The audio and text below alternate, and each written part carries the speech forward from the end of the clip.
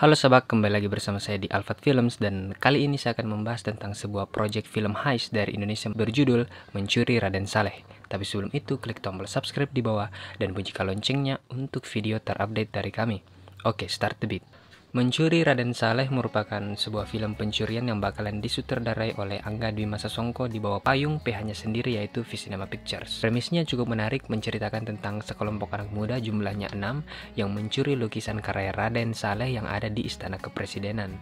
Menariknya di sini, Angga Sasongko menggait banyak aktor dan aktris muda yang sedang naik daun sebagai pemeran dalam film kriminal. Mereka adalah Iqbal Ramadan sebagai Piko, Angga Yunanda sebagai Ucup, Ari Hirham sebagai Tuk-Tuk, Anggini Haku sebagai Sarah, Rachel Amanda sebagai Vela, dan Umay Sihab sebagai Gofar. Kalian mungkin biasanya melihat aktor dan aktris ini dalam film drama atau romance, tetapi sekarang mereka akan beradu akting dalam sebuah film heist kriminal. Mungkin juga bakalan ada bumbu-bumbu romance di film ini karena kita juga tahu penonton, apalagi kalangan anak muda, pasti senang melihat ada segi romantis yang bisa diperlihatkan dalam film ini. Kayak serial La Casa de Papel, ada pasangan Tokyo dan Rio.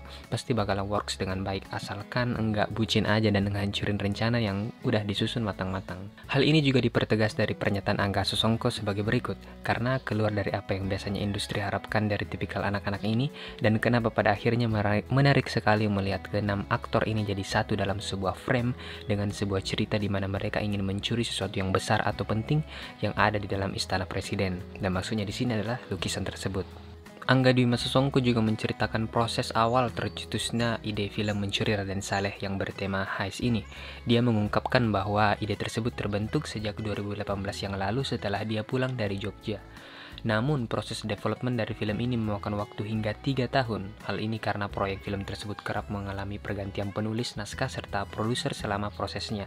Selain itu, Angga juga mengungkapkan bahwa proses menentukan ke-6 aktor muda berbakat tersebut sebagai pemeran dari film ini juga membutuhkan sekitar waktu selama 1 tahun. Jadi bisa dibayangkan kalau Angga Sasongko sudah merencanakan ini dengan waktu yang lama dan harapannya bisa jadi salah satu breakthrough di industri film tanah air. Angga Sasongko tak hanya menyutradarai film ini, ia juga ambil bagian menulis skenario film ini bersama Hussein M. Atmojo yang sebelumnya pernah menulis skrip untuk film Sekte, Perjanjian dengan Iblis, juga yang terakhir Midnight Show, dan ada beberapa film lain. Dilihat dari salah satu unggahan dari pihak Visinema Pictures di akun resmi Mencuri Raden Saleh di Instagram, terlihat ke-6 anak muda ini melihat sebuah lukisan yang sangat terkenal di Indonesia dan juga dunia, yaitu lukisan penangkapan Pangeran Diponegoro karya Raden Saleh tentunya. Dan sepertinya sudah jelas lukisan Raden Saleh yang mana yang mereka curi nanti. Walaupun sepertinya mereka hanya akan mencuri satu lukisan saja, yaitu lukisan penangkapan Pangeran Diponegoro, tapi jangan salah, lukisan ini ditaksir bernilai sangat tinggi hingga miliaran rupiah, hanya satu lukisan saja. Bahkan lukisan Raden Saleh yang berjudul La Caisse aux Turfs Sauvages, saya tidak tahu pronunciation saya sudah benar atau tidak, correct me if I'm wrong, atau dalam bahasa Indonesia berjudul Perburuan Banteng, laku terjual 149 miliar di biro lelang milik Jacques Philippe Rollin di kota Venice pada 2018 yang lalu. Bisa dibayangkan betapa bernilai lukisan-lukisan dari Raden Saleh ini, dan pastinya lukisan penangkapan Pangeran Diponegoro ini juga sangat mahal.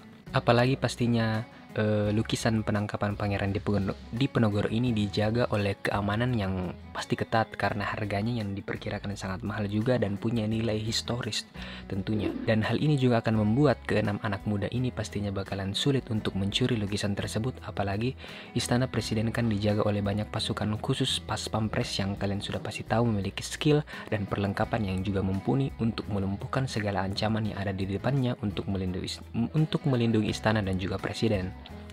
Apakah Presiden Jokowi bakalan menjadi cameo di film ini, atau ada juga itu salah satu orang yang pernah masuk ke TV karena katanya mirip Jokowi? Mungkin dia bisa jadi Jokowi, mungkin saja. Sebenarnya kalian tahu nggak siapa sebenarnya Raden Saleh ini? Saya akan memberikan sedikit insight mengenai siapa Raden Saleh. Dilansir dari Wikipedia, Raden Saleh Syarif Bustaman adalah pelukis Indonesia beretnis Arab Jawa yang mempionirkan seni modern Indonesia. Lukisannya merupakan perpaduan romantisisme yang sedang populer di Eropa saat itu dengan elemen-elemen yang menunjukkan latar belakang Jawa sang pelukis. Raden Saleh dilahirkan dalam sebuah keluarga Jawa Ningrat. Kegemarannya dalam menggambar mulai menonjol sewaktu sekolah di sekolah rakyat. Keramahannya bergaul memudahkannya masuk ke lingkungan orang Belanda dan lembaga-lembaga elit Hindia Belanda. Seorang kenalannya yaitu Profesor Caspar Reinward, pendiri Kebun Raya Bogor sekaligus Direktur Pertanian, Kesenian dan Ilmu Pengetahuan untuk Jawa dan pulau sekitarnya, menilainya pantas mendapat ikatan dinas di departemennya. Kebetulan di instansi itu ada pelukis keturunan Belgia yaitu A.A.J. Payen yang didatangkan dari Belanda untuk membuat lukisan pemandangan di Pulau Jawa untuk hiasan kantor Departemen Van Kolonien di Belanda. Payen tertarik pada bakat Raden Saleh dan berinisiatif memberikan bimbingan terhadapnya. Terkesan dengan bakat luar biasa anak didiknya, Payen mengusulkan agar Raden Saleh bisa belajar ke Belanda. Usul ini didukung oleh Gubernur Jenderal G.A.G. P.H. van der Capellen yang memerintah waktu itu. Setelah ia melihat karya Raden Saleh, tahun 1829 nyaris bersamaan dengan patahnya perlawanan Pangeran Diponegoro oleh Jenderal Hendrik Merkus de Kock, Capellen membiayai Saleh belajar ke Belanda. Namun keberangkatannya itu menyandang misi lain. Dalam surat seorang pejabat tinggi Belanda untuk Departemen Van Kolonien tertulis, selama perjalanan ke Belanda Raden Saleh bertugas mengajari Inspektur Keuangan Belanda De Linch untuk adat istiadat dan kebiasaan orang Jawa, bahasa Jawa dan bahasa Melayu. 2 tahun pertama di Eropa ia pakai untuk memperdalam bahasa Belanda dan belajar teknik mencetak menggunakan batu. Sedangkan soal melukis selama 5 tahun pertama, ia belajar melukis potret dari Cornelius Krusman dan tema pemandangan dari Andreas Schilfholt. Karena karya mereka memenuhi selera dan mutu rasa seni orang Belanda saat itu. Krusman adalah pelukis istana yang kerap menerima pesanan pemerintah Belanda dan keluarga kerajaan. Raden Saleh makin mantap memilih seni lukis sebagai jalur hidup. Dengan semua pencapaian dari Raden Saleh ini, makin mantap Raden Saleh memilih seni lukis sebagai jalur hidup. Ia mulai dikenal malah berkesempatan berpameran di Den Haag dan Amsterdam. Melihat lukisan Raden Saleh, masyarakat Belanda terperangah. Mereka tidak menyangka seorang pelukis muda dari Hindia dapat menguasai teknik dan menangkap watak seni lukis barat.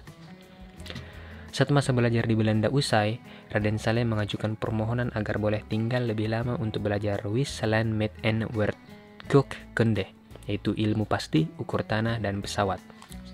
Selain melukis tentunya. Dalam perundingan antara Menteri Jajahan Raja William I dan pemerintah Hindia Belanda, ia boleh menangguhkan kepulangan ke Indonesia, tapi beasiswa dari kas pemerintah Belanda dihentikan. Wawasan seninya pun makin berkembang seiring kekaguman pada karya tokoh romantisme Ferdinand Victor Eugene de la Cruz. Ia pun terjun ke dunia pelukisan hewan yang dipertemukan dengan sifat agresif manusia. Mulailah pengembarannya ke banyak tempat untuk menghayati unsur-unsur dramatika yang ia cari. Saat di Eropa, ia menjadi saksi mata revolusi Februari 1848 di Paris yang mau tak mau memengaruhi dirinya. Dari Prancis, ia bersama pelukis Prancis kenamaan Horace Vernet ke Aljazair untuk tinggal selama beberapa bulan pada tahun 1846. Di kawasan inilah lahir ilham untuk melukis kehidupan satwa di padang pasir. Pengamatannya itu membuahkan sejumlah lukisan perkelahian sawah tua buas dalam bentuk figura-figura besar. Pengembaraan di Eropa berakhir tahun 1851 ketika ia pulang ke Hindia bersama istrinya, wanita Belanda yang kaya raya. Itu tadi sedikit insight tentang siapa itu Raden Saleh. Sekarang kita akan membahas sedikit tentang lukisan yang akan dicuri di filmnya nanti, yaitu Penangkapan Pangeran Diponegoro. Lukisan ini menggambarkan peristiwa pengkhianatan pihak Belanda kepada Pangeran Diponegoro yang mengakhiri Perang Jawa pada 1830. Sang pangeran dibujuk untuk hadir di Magelang untuk membicarakan kemungkinan gencatan senjata, tetapi pihak Belanda tidak memenuhi jaminan keselamatannya, dan Diponegoro pun ditangkap. Pada waktu Saleh, peristiwa tersebut telah dilukis oleh pelukis Belanda Nicolaas Peyneman. Diduga Saleh melihat lukisan Peyneman tersebut saat ia tinggal di Eropa. Seakan tidak setuju dengan gambaran Peyneman, Raden memberikan sejumlah perubahan signifikan pada lukisan versinya. Peyneman menggambarkan peristiwa tersebut dari sebelah kanan, Saleh dari kiri. Sementara Peyneman menggambarkan Diponegoro dengan wajah lusuh dan pasrah. Saleh menggambarkan Diponegoro dengan raut tegas dan menahan amarah.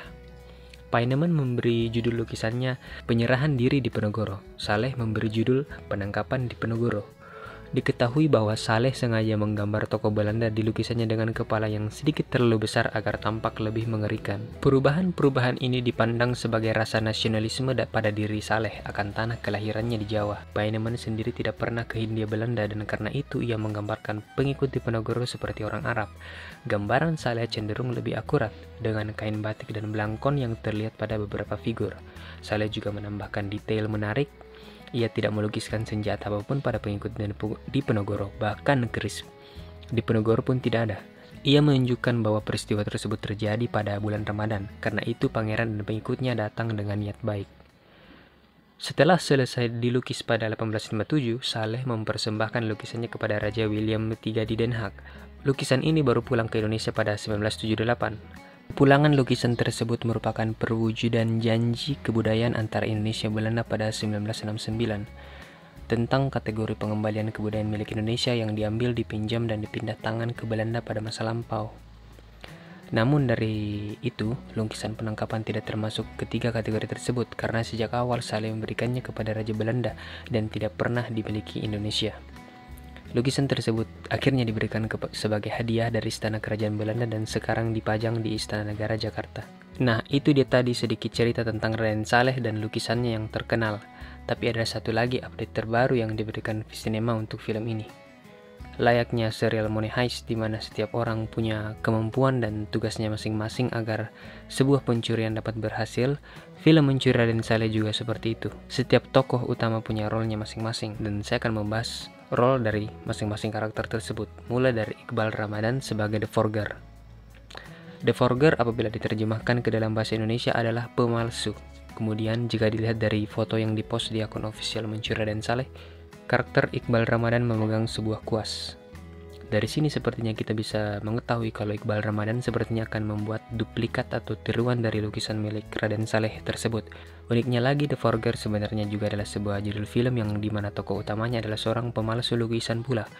Film The Forger ini bercerita tentang Raymond Carter yang diperankan oleh John Travolta yang kini ditahan karena kasus penipuannya terdahulu.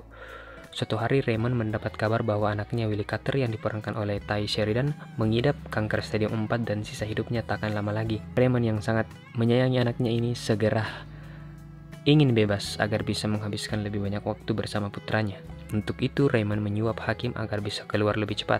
Uang suap tersebut dipinjam dari seorang kriminal lain dan Raymond harus melunasi utang ini secepatnya. Demi mendapatkan uang untuk membayar utang, Raymond berencana memalsukan lukisan terkenal yang akan dipamerkan di museum dalam waktu dekat. Ia melakukan hal tersebut sambil terus menghabiskan waktu bersama keluarga dan putranya. Dibantu ayahnya, Raymond bahu-membahu membuat replika lukisan semirip mungkin untuk menggantikan yang asli. Apakah nanti akan ada kemiripan backstory antara Raymond Carter dan Pico yang diperankan oleh Iqbal?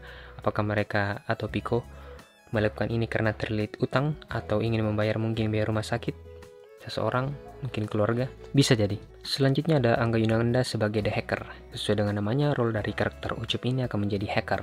Artinya doi sepertinya akan bertugas untuk menonaktifkan keamanan di tempat penyimpanan lukisan tersebut, yaitu di Istana Negara.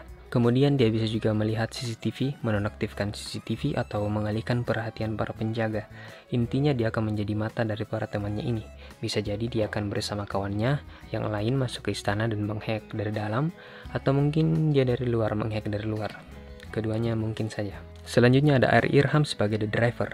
Sesuai dengan namanya, dia mungkin akan mengantar kelompok pencuri ini ke istana presiden atau sebagai penjemput. Mereka saat lukisan tersebut telah berhasil dicuri dan diganti dengan lukisan palsu. Selanjutnya ada Umay Shihab sebagai The Handyman. The Handyman berarti tukang. Ada beberapa hal yang mungkin The Handyman bisa lakukan seperti membuka pintu yang terkunci sebagai otot dari kelompok ini yang menjaga bila hal buruk terjadi seperti melumpuhkan penjaga dan mungkin beberapa hal lainnya.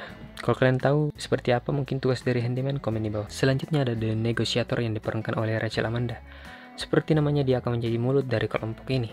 Mungkin dia akan berbicara dan menawar kepada pembeli tertinggi yang mungkin mau membeli lukisan ini secara ilegal. Mungkin dia juga bakal mengalihkan penjaga dan berbicara kepada mereka walaupun sebenarnya siapapun bisa melakukan ini. Saya masih belum bisa menerka lebih lanjut tugas The Negotiator, tapi intinya pasti akan berhubungan dengan berbicara kayak PR dari kelompok ini. Dan terakhir ada The Brute yang diperankan oleh Anthony Hopkins. Kalau di Google Translate, The Brute berarti kasar, hewan, orang yang tak beri kemanusiaan, atau orang yang kejam. Bukan berarti hewan jadi doi tiba-tiba jadi mutan, enggak gitu. Dia mungkin jadi pemimpin atau dia otak dari pencurian ini mungkin.